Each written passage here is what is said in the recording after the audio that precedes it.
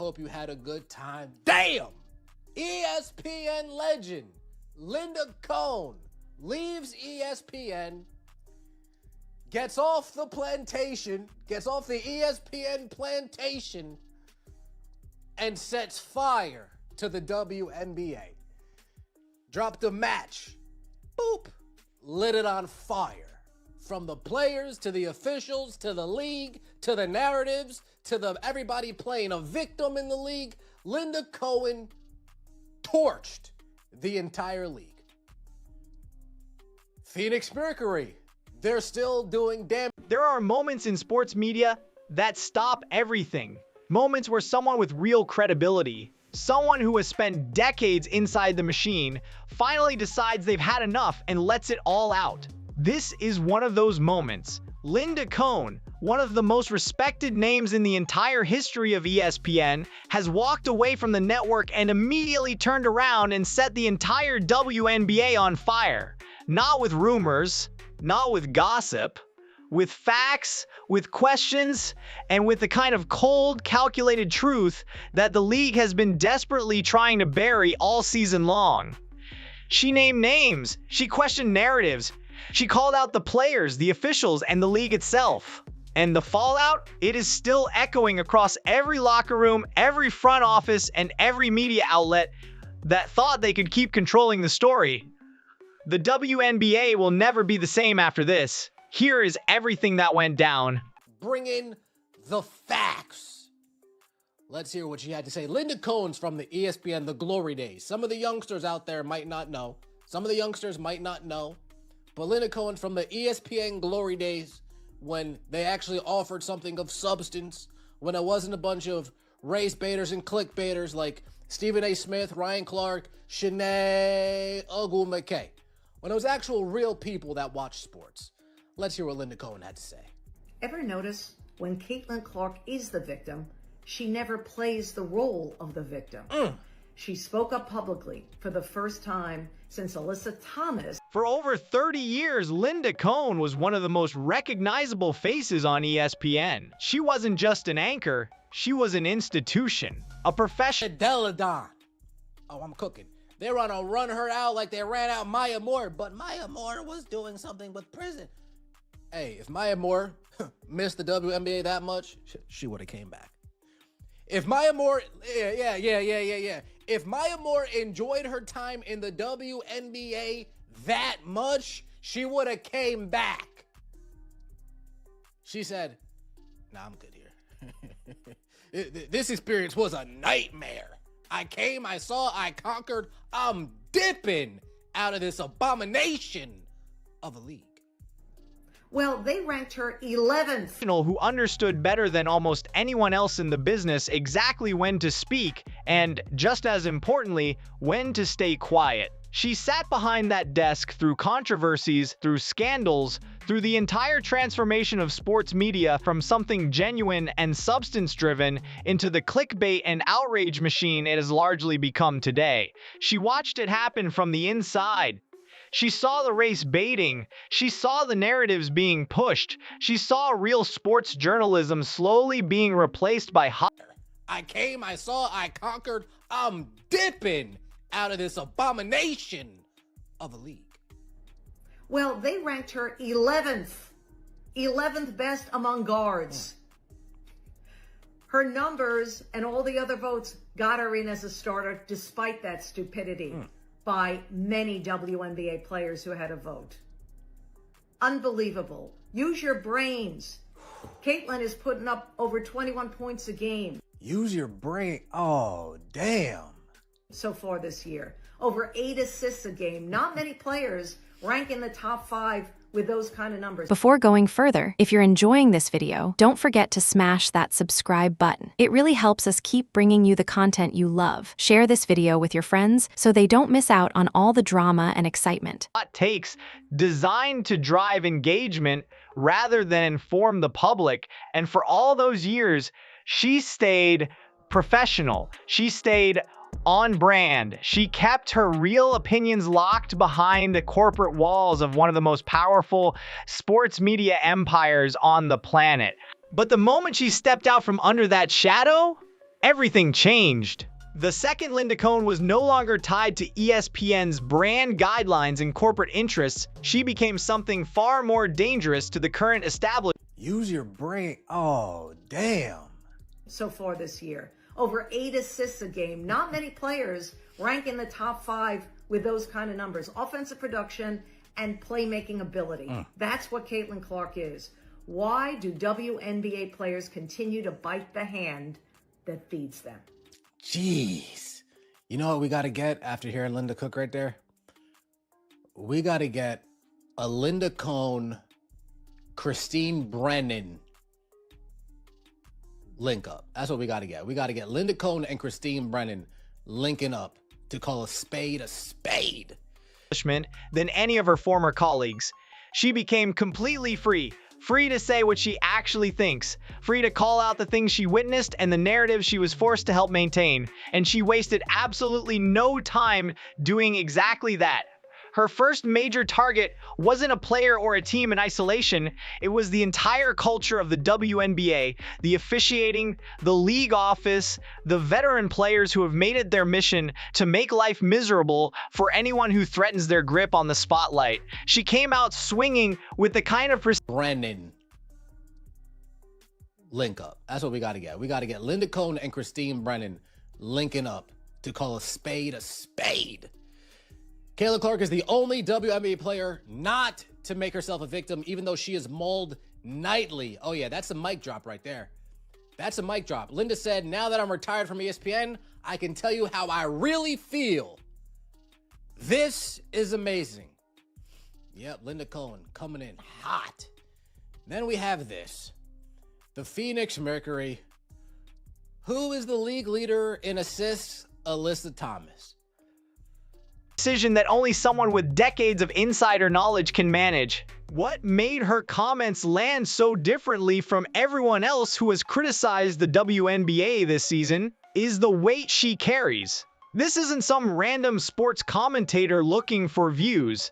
This is a woman who built her career on credibility. When Linda Cohn speaks, people who have been in the sports world for any amount of time stop and listen.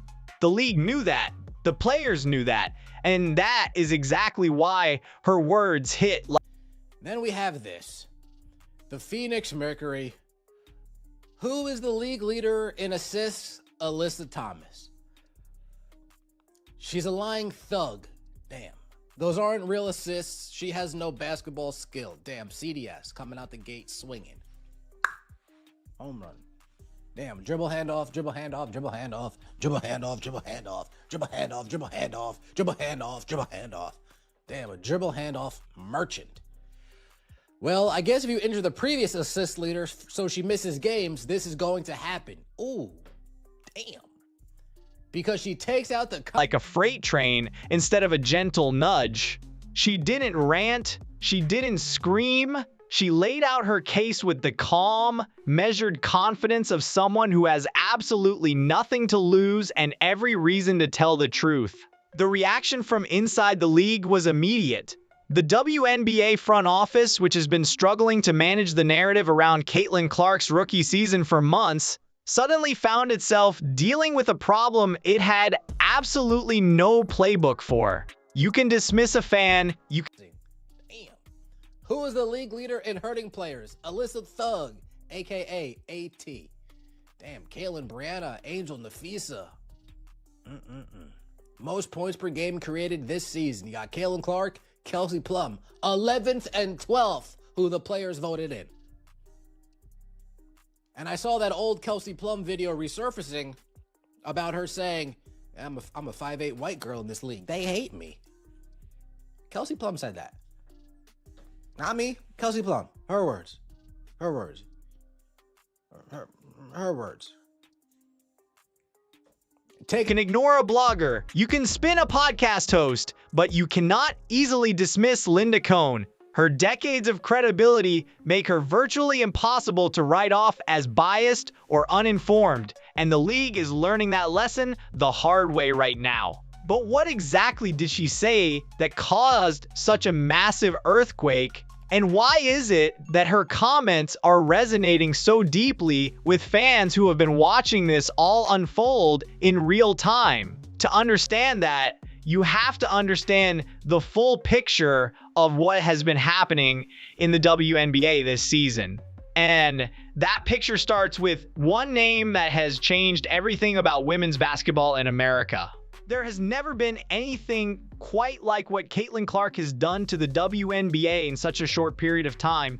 To call it a boom would be the understatement of the decade. What she has brought to this league is nothing short of a complete and total financial resurrection. Before Clark arrived, the WNBA was a league that many sports executives quietly described as being on life support. Attendance numbers were modest at best. TV ratings were the kind of numbers that made network executives sweat through their shirts during contract negotiations. Merchandise revenue was a fraction of what other major sports leagues were generating. Sponsorship deals were hard to come by. The league was surviving, but it certainly wasn't thriving, and everyone in the industry knew it, even if they weren't saying it out loud in public. Then Caitlin Clark walked through the door and rewrote every single one of those numbers overnight. Indiana Fever games went from being afterthoughts on the sports calendar to must-see events that were selling out arenas across the country. Road games featuring Clark were drawing crowds that some franchises hadn't seen in years, in some cases ever. Television ratings for WNBA games featuring the Fever were shattering records that had stood for a very long time. Networks that had previously given the league minimal airtime were suddenly scrambling to get more content on their platforms because the demand from viewers was undeniable. The merchandise numbers were the stuff of legend. Clark's jersey became one of the best-selling sports jerseys in the country, not just in women's basketball, not just in the WNBA, but across all of professional sports combined. That is a staggering fact that puts the entire conversation about her impact into its proper perspective. The money that has flooded into the league because of her presence is not abstract or theoretical.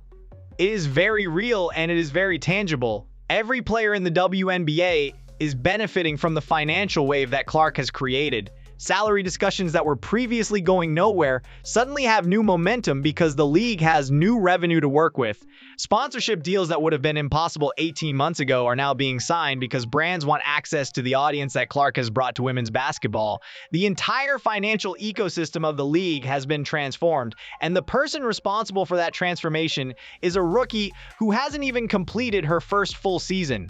This is the context that makes the behavior of certain veteran players so utterly baffling to outside observers. When you understand exactly how much Clark has done for the financial health of the league that these veterans have built their careers in, the decision to target her, to try to bully her, to vote her 11th in the All-Star balloting, to foul her with a level of aggression that goes way beyond competitive basketball, it stops making sense from any rational standpoint.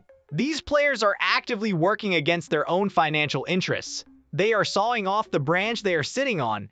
And Linda Cohn, with her decades of experience watching sports industries function, recognized this immediately and called it out with zero hesitation. She pointed to something that anyone paying attention could see clearly.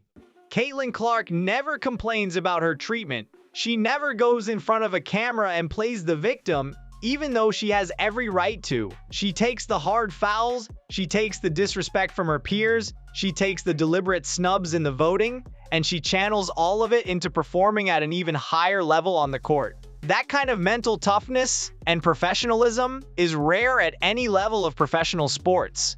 In a rookie in her first season, it is practically unheard of. And it is a stark contrast to the behavior of some of the veterans who have been quick to run to microphones and social media platforms to cast themselves as victims every time the public scrutiny becomes uncomfortable. The financial reality is this: the WNBA needed saving. Clark arrived and saved it, and the response from a significant portion of the league's veteran population has been to treat her like a threat rather than a gift.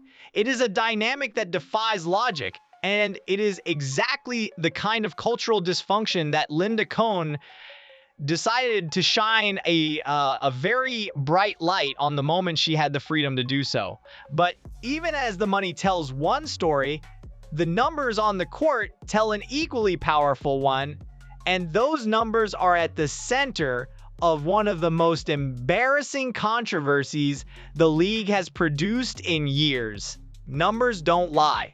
They can be manipulated, they can be presented selectively, and they can be spun with enough creative framing to tell almost any story you want. But at the end of the day, the raw data sits there, cold and indifferent, daring anyone to argue with it.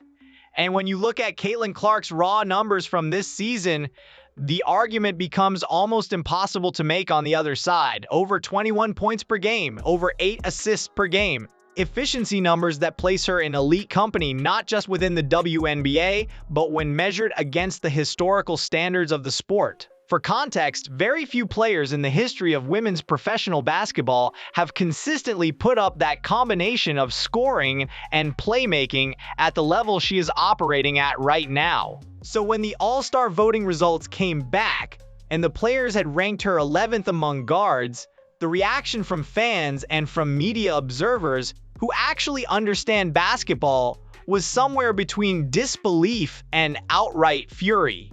11th. Let that sink in for a moment. A player averaging over 21 points and 8 assists per game. A player who is single-handedly responsible for the most significant surge in league revenue and public attention in the WNBA's entire existence was ranked 11th by her own peers. Not 2nd, not 5th, not even 8th or 9th, where you could at least argue there was some legitimate disagreement about where she falls in the pecking order.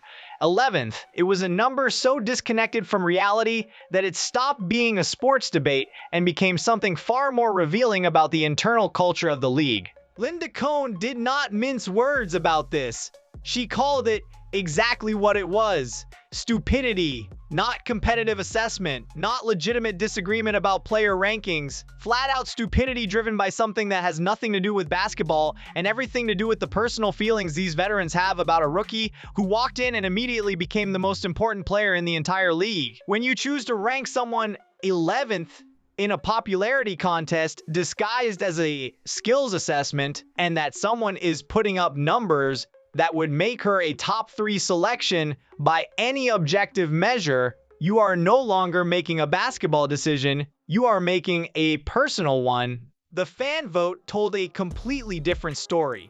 Supporters of the game, people who watch every night and understand what they are seeing, had Clark ranked exactly where her numbers say she should be.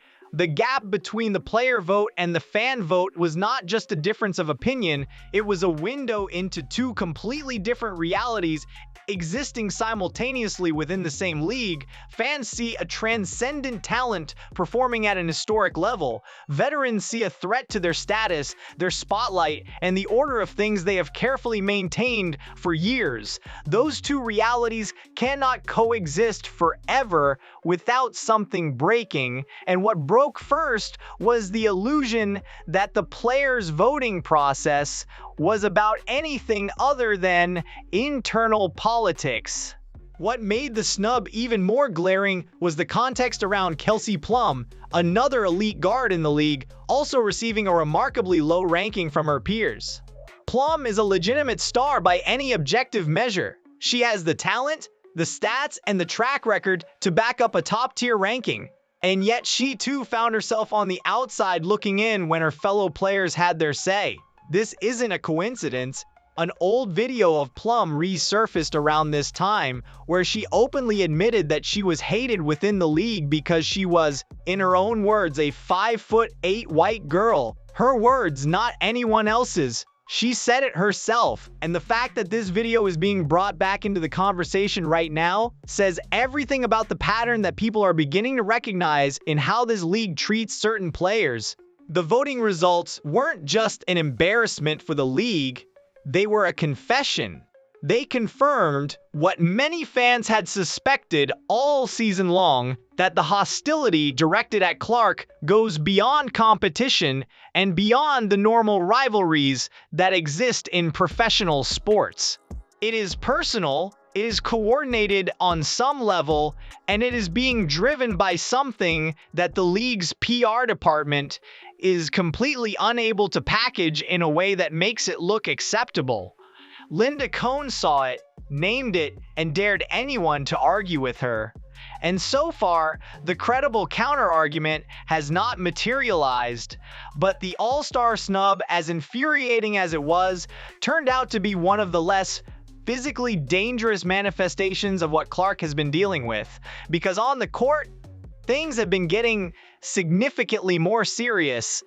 There is a fine line in professional basketball between being physically tough and being outright dangerous. Hard fouls are part of the game. They always have been, and they always will be. Setting a screen that rattles someone, boxing out with an elbow that makes itself known, playing defense with the kind of intensity that leaves marks, all of that is part of the sport at the professional level and always has been.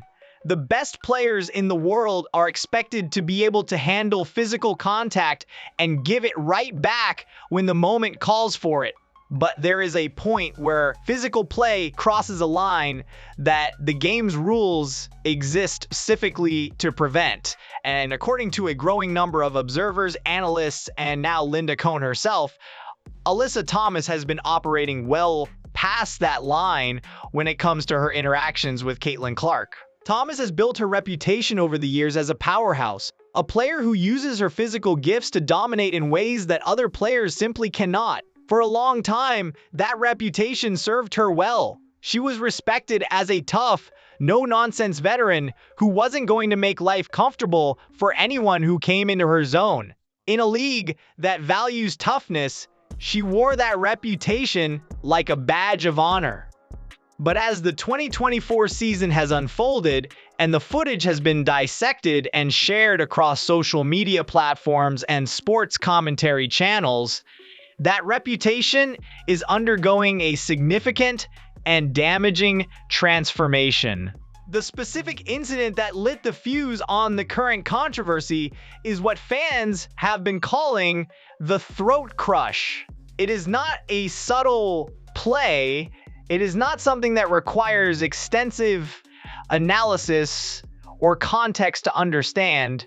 When you watch the footage, you see what you see, and what you see is a level of physical aggression directed at Clark that goes significantly beyond anything that could reasonably be defended as competitive basketball. The throat area is not somewhere you accidentally end up in the natural flow of a basketball play. The reaction from fans who watched the footage was not one of debate or discussion about the merits of physical play. It was immediate, visceral, and overwhelmingly in agreement that what they were watching was not basketball. It was something else entirely. And then there are the other incidents. The hard fouls that seem specifically calibrated to send a message rather than stop a play. The moments where the positioning and the timing suggest intent rather than basketball instinct. When you look at all of these incidents together rather than in isolation, a pattern emerges that is very difficult to explain away as coincidence or competitive aggression within the acceptable range of the sport. Fans started doing exactly what Linda Cohn was doing, putting the pieces together and asking the questions that the mainstream media seemed completely unwilling to ask out loud. The statistical conversation around Thomas adds another layer to this story that has been gaining significant traction online. She has been praised as one of the league's leaders in assists, held up as an example of elite playmaking and court vision. But a growing number of basketball analysts are taking a much harder look at where those assist numbers are actually coming from. The term that keeps appearing in these conversations is dribble handoff merchant. The argument being made is that a significant portion of Thomas's assist totals come from a very specific and relatively simple action, taking the ball, taking one or two dribbles and handing it off to a cutter or a player setting up a play. These are counted as assists in the official statistics, but they represent a fundamentally different level of playmaking skill than what someone like Caitlin Clark is doing when she threads a full-court pass through a collapsing defense or finds a cutting player with a no-look dish from the top of the arc. The comparison between Thomas's assist numbers and Clark's assist numbers, when you break down the quality and difficulty of the passes involved, reveals a gap that the raw statistics simply do not capture. Clark is making plays that require exceptional vision, timing, and feel for the game. Thomas is being credited for actions that, while useful within her team's system, do not represent the same level of basketball intelligence or skill. Basketball purists find this comparison maddening because it speaks to a broader issue about how statistics can be used to construct narratives that the actual footage does not support. There is an even darker theory that has been circulating in the fan community, and that Linda Cohn's comments have brought into the mainstream conversation. The suggestion is that Thomas's assist numbers have been inflated in part because her physical play has disrupted and removed some of the opposing team's best players from their normal rhythm and effectiveness. If you are willing to foul aggressively enough, if you are willing to be physical to the point where the other team's best players are either hurt, rattled, or playing with less confidence than they would otherwise have, you create easier opportunities for the players around you, and those easier opportunities translate into assists. It is a ruthless way to look at the game, but it is a lens that more and more people are applying to what they have been watching this season. And the footage, when viewed through that lens, becomes very uncomfortable viewing for anyone who wants to defend Thomas's current public image. The Phoenix Mercury made the situation significantly worse when they attempted to use social media to push back against the criticism by posting highlights of Thomas and her plays. The intention was presumably to remind people of her actual basketball contributions and shift the narrative back toward her skills. What actually happened was the complete opposite. Fans flooded the comment sections with references to the controversial plays, the hard fouls, the moments that have made her such a polarizing figure this season. The team's damage control attempt did not control any damage. It gave the critics a fresh platform and a new opportunity to make their case to an even wider audience. It was a PR disaster of the first order, and it demonstrated just how badly the organization has misread the public mood around this situation. Alyssa Thomas went public with claims that sent shockwaves through the sports world. She stated that she and her family had been subjected to death threats and racial slurs, the kind of allegations that, if true, represent a horrific and completely unacceptable reality that no person should ever have to face. Claims of this nature carry enormous weight. They demand to be taken seriously. In any civilized society, threats against a person's life and attacks based on their race are not just morally reprehensible, they are criminal matters that law enforcement takes extremely seriously. When a public figure steps forward and makes claims of this magnitude, the expectation is that the full weight of the legal system will be mobilized to investigate and respond. This is exactly the point that Linda Cohn zeroed in on, with the kind of laser focus that decades of journalism experience produces. Her question was not whether these things could happen. Of course they can. The internet has given the worst elements of any fan base an anonymous platform to say things they would never say to another person's face, and that reality exists across every sport and every public figure who attracts significant attention. Her question was far more specific and far more probing. If these threats are as serious and as credible as Thomas's public statements suggested, where are the police reports? Where is the FBI involvement? Where is the official documentation that you would expect to see if someone in the public eye was genuinely receiving credible death threats and racially motivated abuse at the level being described? These are not unfair questions. They are, in fact, exactly the right questions to ask. When celebrities, athletes, and public figures face genuine, credible threats to their safety, the response is not to post about it on social media and then leave it there. The response is to immediately involve law enforcement, file official reports, and work with the relevant authorities to investigate and address the situation.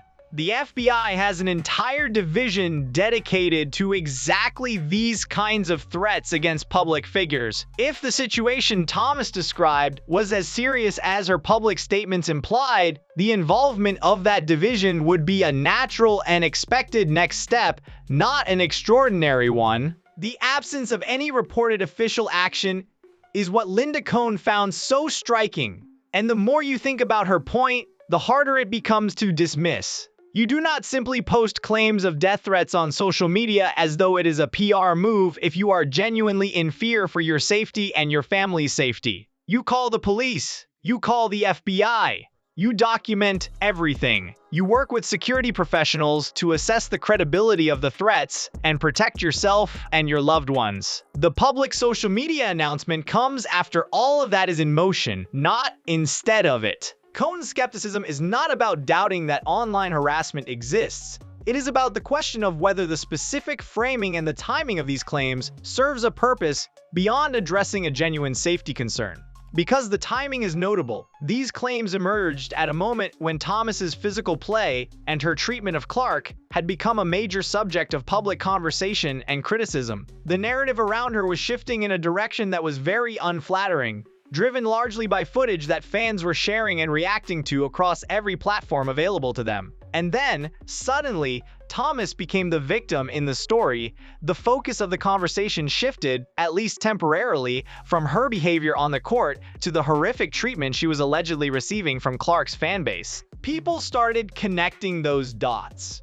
Not because they are callous about threats and harassment, but because the pattern of using victimhood narratives to deflect from uncomfortable scrutiny is not an unfamiliar one in the current media landscape. Linda Cohn's willingness to raise this question out loud, to ask where the official documentation is, gave permission to a much larger audience to have the same conversation without feeling like they were being heartless.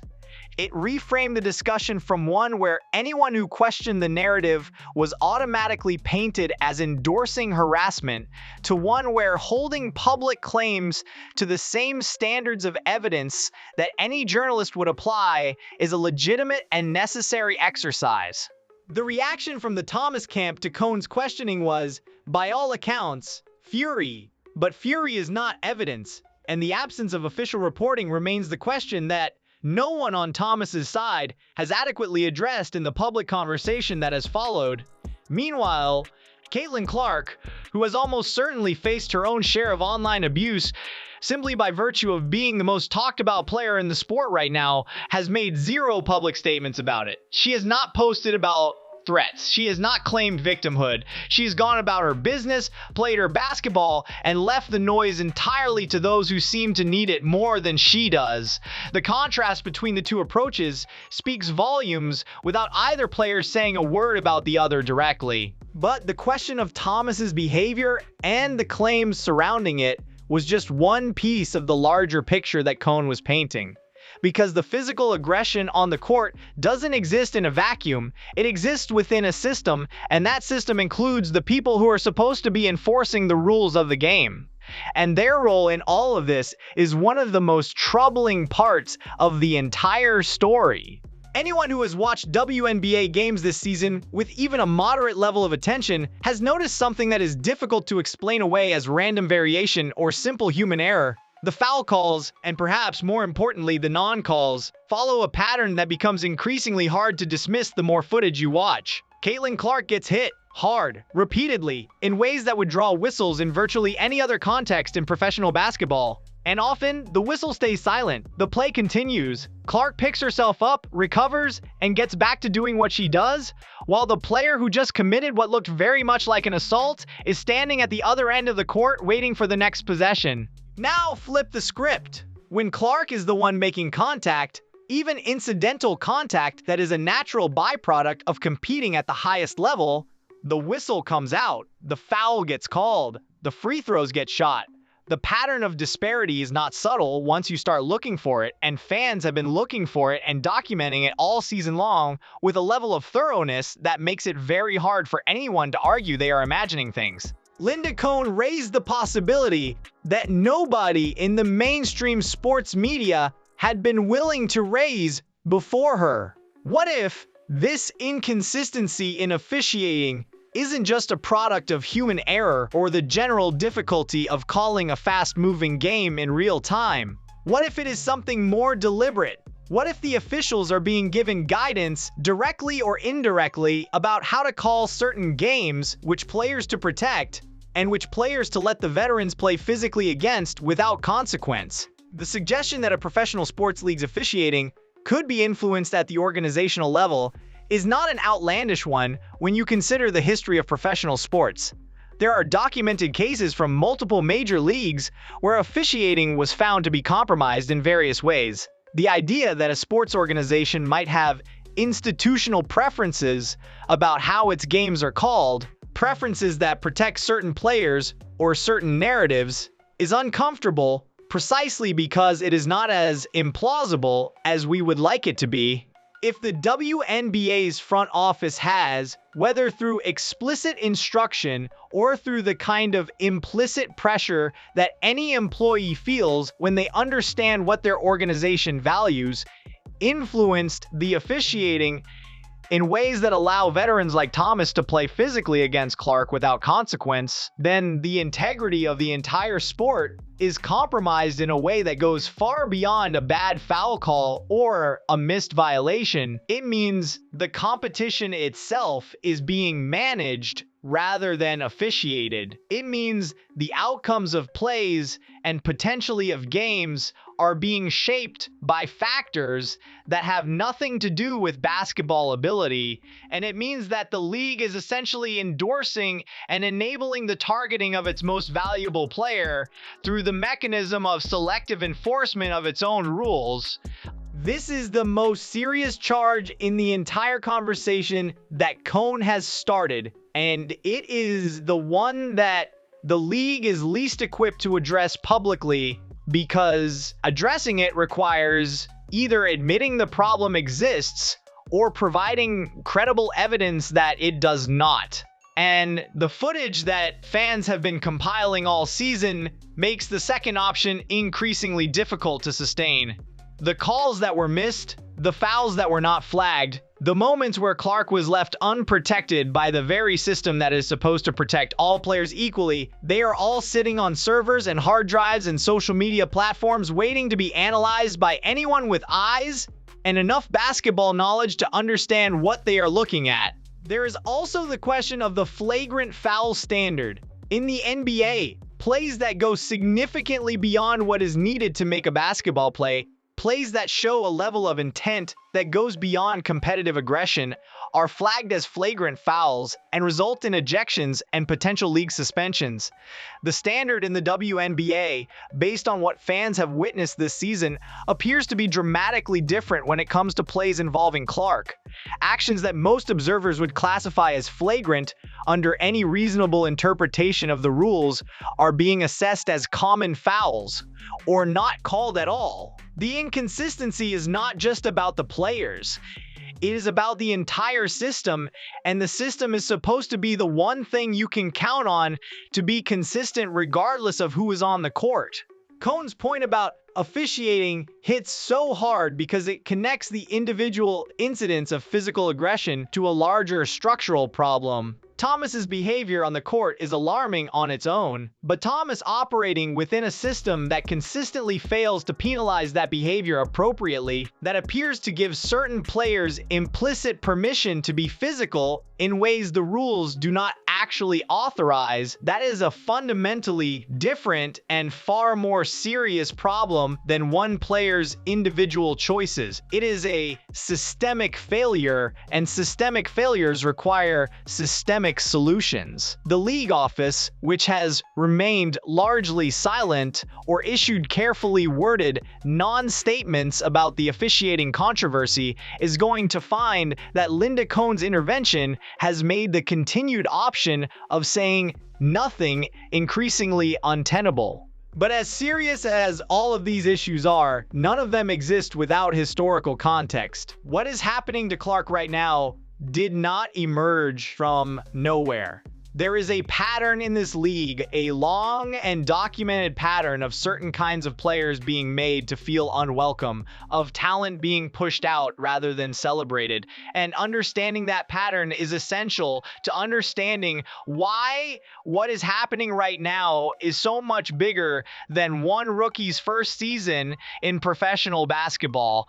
The story of Maya Moore is one that gets more complicated the further you step back from the official version of events. Moore is widely considered to be one of the greatest players in the history of the WNBA. Her talent was undeniable, her accomplishments were historic, and her presence on the court elevated the league in ways that few players ever have. And then she walked away. In her prime, at a point in her career when most athletes would be thinking about adding to their legacy and squeezing every last moment out of their abilities, Moore decided she had somewhere else she needed to be. The official narrative, the one that was presented and accepted largely without scrutiny at the time, was that Moore left to pursue social justice work. She was involved in a high-profile case, advocating for a man she believed had been wrongfully convicted, and she threw herself into that cause with remarkable dedication and ultimately remarkable results. That story is real. Her advocacy work is real. And the genuine good that she did through her activism is not in question here at all. But the conversation that Cohn's comments have reignited is about what else might have been a factor. When you combine what we now know about the toxic culture within WNBA locker rooms, the targeting of players who disrupt the established order, the jealousy that seems to be almost institutionalized within the league, with the fact that one of the greatest players to ever play the game decided to leave in her absolute prime, it is at least worth asking whether the social justice work was the only reason she went. If the greatest player the league has ever seen was dealing with the same kind of internal politics and toxic dynamics that other players have described, if she was experiencing the same institutional resistance to anything that disrupts the pecking order that Clark is experiencing now, then her decision to find somewhere else to direct her energy makes a different kind of sense than the official version of the story suggests. Moore herself has never said this explicitly. It is speculation, and it should be clearly framed as such. But speculation based on a consistent pattern of behavior is not idle gossip. It is a reasonable inference drawn from available evidence, and is the kind of inference that Linda Cohn's broader critique of the league's culture makes feel much more plausible than it might have seemed before this season started.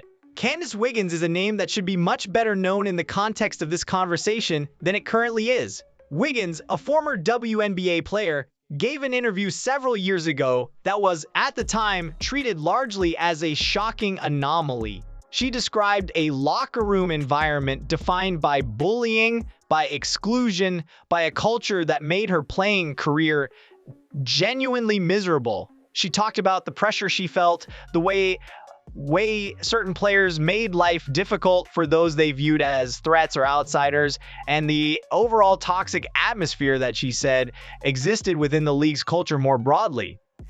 At the time, her account was largely dismissed or buried. The mainstream sports media did not want to engage with it seriously because it complicated the carefully maintained narrative around the league. Now, in the context of everything that is happening with Clark, Wiggins' account reads like a warning that nobody chose to heed. The culture she described sounds remarkably familiar.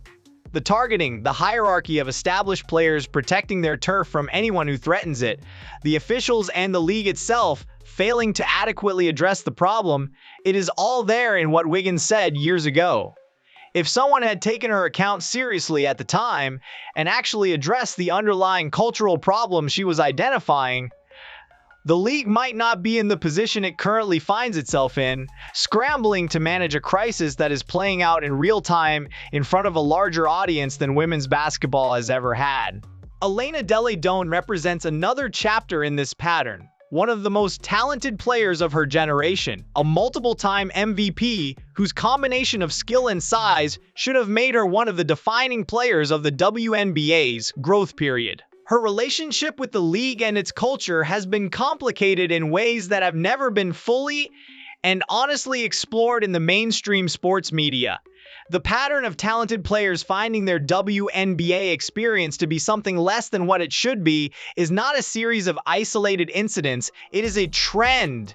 And trends do not emerge from nowhere. Then there is the Kelsey Plum video, which has resurfaced at exactly the right moment to add another data point to this conversation. Plum, a legitimate star in the league by any objective measure, admitted openly that she was hated within the league environment because of who she was. A 5'8" white girl, her words, in a space that had clearly defined ideas about who should be celebrated and who should be made to feel like an outsider. The candor of her statement is remarkable in retrospect. She was not being dramatic or seeking attention. She was describing the reality of her experience in a way that clearly came from a place of genuine frustration with a culture she had personally navigated and found deeply uncomfortable. The reason this video has come back into circulation now is obvious. It rhymes with what Clark is experiencing. It adds historical depth to the argument that what Clark is dealing with is not an aberration, but a continuation of a pattern that has been present in this league for a very long time. The targets change, but the mechanism is the same. Identify the player who threatens the established order. Make their experience difficult enough that they either conform, diminish, or leave.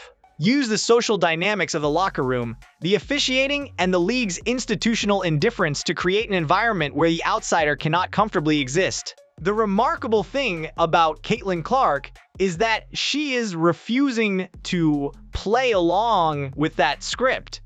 She is not conforming, she is not diminishing, and she shows absolutely no signs of leaving. She is playing her game, posting her numbers, filling arenas, and generating revenue at a level that makes the established order's attempts to suppress her increasingly absurd and increasingly expensive for the league to maintain. The veterans who are most invested in running her out are discovering that the world has gotten too big and too loud for the old methods to work the way they used to. The cameras are everywhere. The social media platforms are relentless. And a legend like Linda Cohn is no longer obligated to hold her tongue on their behalf. But what does all of this mean for the future of the league? Is the WNBA capable of learning from this moment and making the changes that are clearly and desperately needed? Or are the same patterns going to continue playing out until the window that Clark has opened begins to close? The answer to that question may determine the entire future trajectory of women's professional basketball in this country. The WNBA is standing at the edge of something it has never experienced before in its entire history. It has an opportunity that most struggling sports leagues would consider a once-in-a-generation gift. It has a player who has single-handedly transformed its public profile, its financial reality, and its cultural relevance in a way that no marketing campaign or league initiative could ever have manufactured. The audience is there, the money is there, the attention of the entire sports world is there. Everything that the league has been trying to build for decades has essentially been handed to it by one player in one season. The only question is whether the people running this league and the veterans who define its culture are capable of making the choices necessary to actually seize this moment instead of squandering it. Linda Cohn's scorched earth assessment of the current situation is ultimately a warning dressed up as a critique. She is not just complaining about what has happened, she is laying out with painful clarity the consequences of what will happen if the trajectory does not change. If the veterans continue to target Clark physically, if the officials continue to look the other way, if the league office continues to prioritize maintaining the comfort of established stars over protecting the integrity of the game and the safety of its players, if the culture of jealousy and gatekeeping continues to define the locker room environment, if all of that continues, the outcome is entirely predictable. Clark will remain. She has the mental toughness, the talent, and the platform to withstand the pressure being applied to her right now. But the audience that has come to the WNBA, specifically because of her, might not remain as patient as she is. Fans who are watching their favorite player get mauled on a nightly basis while the officials shrug. Fans who are watching the All-Star voting expose the pettiness of the veteran player population. Fans who are watching the social media narrative games being played in real time, they have options. They can choose to spend their sports watching time somewhere the product and the culture feel cleaner. The WNBA should be terrified of that possibility, because it does not have enough margin for error to risk losing the audience Clark has brought. The comparison to the NBA's Bad Boys era from Detroit in the late 1980s has been raised in the context of Thomas's physical play, but the comparison only goes so far and in the wrong direction for the WNBA's current purposes. The Bad Boys were beloved by their fan base precisely because they were winning championships. They were also playing in an era where the game's culture and the media environment allowed for that kind of physical aggression in ways that the modern landscape simply does not. And even in that era, the physical play eventually gave way to a new generation of talent that changed the sport forever. The league adapted or it got left behind. The WNBA is facing the same fundamental choice right now, just in a much more compressed and public time frame. The voices calling for real accountability are getting louder, and they are coming from more credible sources than they were even a few months ago. It is no longer just fans on social media making these arguments. It is Linda Cohn. It is other respected voices in sports journalism who are beginning to feel the permission that Cohn's willingness to speak has created. There is genuine momentum building around the demand for the league to address its officiating standards, its player conduct protocols, and the cultural dynamics that have been driving talented players away for years. The question is whether the league will respond to that momentum proactively or whether it will wait until the crisis is so severe that the only available responses are reactive and inadequate. The players who are most invested in maintaining the current order, who have the most to lose from a genuine cultural reset within the league, are going to resist. That is both predictable and understandable, even if it is ultimately self-defeating. Nobody likes having their status challenged. Nobody enjoys watching the rules of a world they have dominated being rewritten by someone who just arrived. The emotional response that many of these veterans are having to Clark's presence is, on a purely human level, comprehensible. But comprehensible does not mean acceptable. And the moment it starts costing the league real money and real audience, it stops being the league's luxury to tolerate. The fans have already made their choice with extraordinary clarity. They are buying the jerseys, filling the arenas, watching the games, generating the ratings, and bringing the sponsorship dollars that are now flowing into the league in volumes it has never seen before. They are doing all of that because of Caitlin Clark. And they are watching every foul, every non-call, every petty social media post, every voting result that defies statistical logic, every claim that is not followed up with a police report. They see all of it, they remember all of it, and they are making decisions based on all of it about where to direct their attention and their money going forward. The power in this situation has shifted in a way that cannot be reversed. For the first time in the WNBA's history, the fans have genuine leverage because the revenue that comes with their attention is now large enough to matter in ways it never quite did before. That leverage belongs to the people who are watching Caitlin Clark play basketball, and the players and league officials who seem to be operating as though the old dynamics still apply, as though they can still control the narrative, as though they can still make the audience see what they want them to see rather than what is actually there. They are operating on an outdated map of a territory that has fundamentally changed. Linda Cohn lit this fire because she saw what was happening and reached a point where staying quiet about it was no longer something she was willing to do. The 30-plus years she spent inside the machine gave her an understanding of exactly how these narratives get built and maintained and eventually brought down. She knows where the pressure points are. She knows which questions expose the gaps between the official story and the actual reality, and she has now applied all of that knowledge to the WNBA's current crisis in a way that the league cannot simply wait out or PR its way through. The legacy question is the one that the veterans in this league should be sitting with right now. In the quiet moments, away from the cameras and the social media feeds and the team meetings, how do they want to be remembered? As the generation of players that was handed the greatest opportunity in the history of women's basketball and made the choice to embrace it and help it grow into something genuinely world-class. Or as the generation that saw a once-in-a-generation talent arrive, felt threatened by what her presence meant for the established order, and responded with pettiness, physical aggression, and institutional resistance that ultimately sent a message to the entire world about what kind of place the WNBA actually is.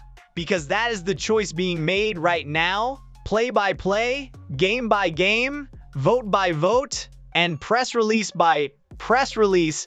The players who are targeting Clark, who are voting her 11th, who are running to microphones to cast themselves as victims while she gets mauled and stays silent, they are writing their own legacy, and the audience watching all of it is taking notes.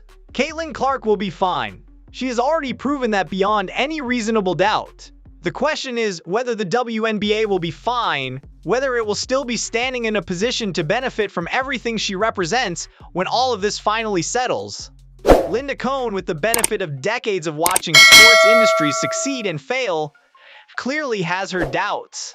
And the history of leagues that chose their existing power structures over transformational talent suggests that her doubts are very well founded indeed. The match has been dropped, the fire is burning, and the league has a very limited amount of time to decide whether it is going to help put it out or keep pouring fuel on it and hope somehow the outcome will be different from every other time in sports history when a league chose ego over evolution. The world is watching, the money is watching, and Linda Cohn, finally free to say exactly what she thinks, is watching too. The WNBA's next move will tell us everything about whether this league is ready to be what it could be, or whether it is determined to remain exactly what it has always been. And right now, the smart money is not feeling particularly confident about which way that decision is going to go.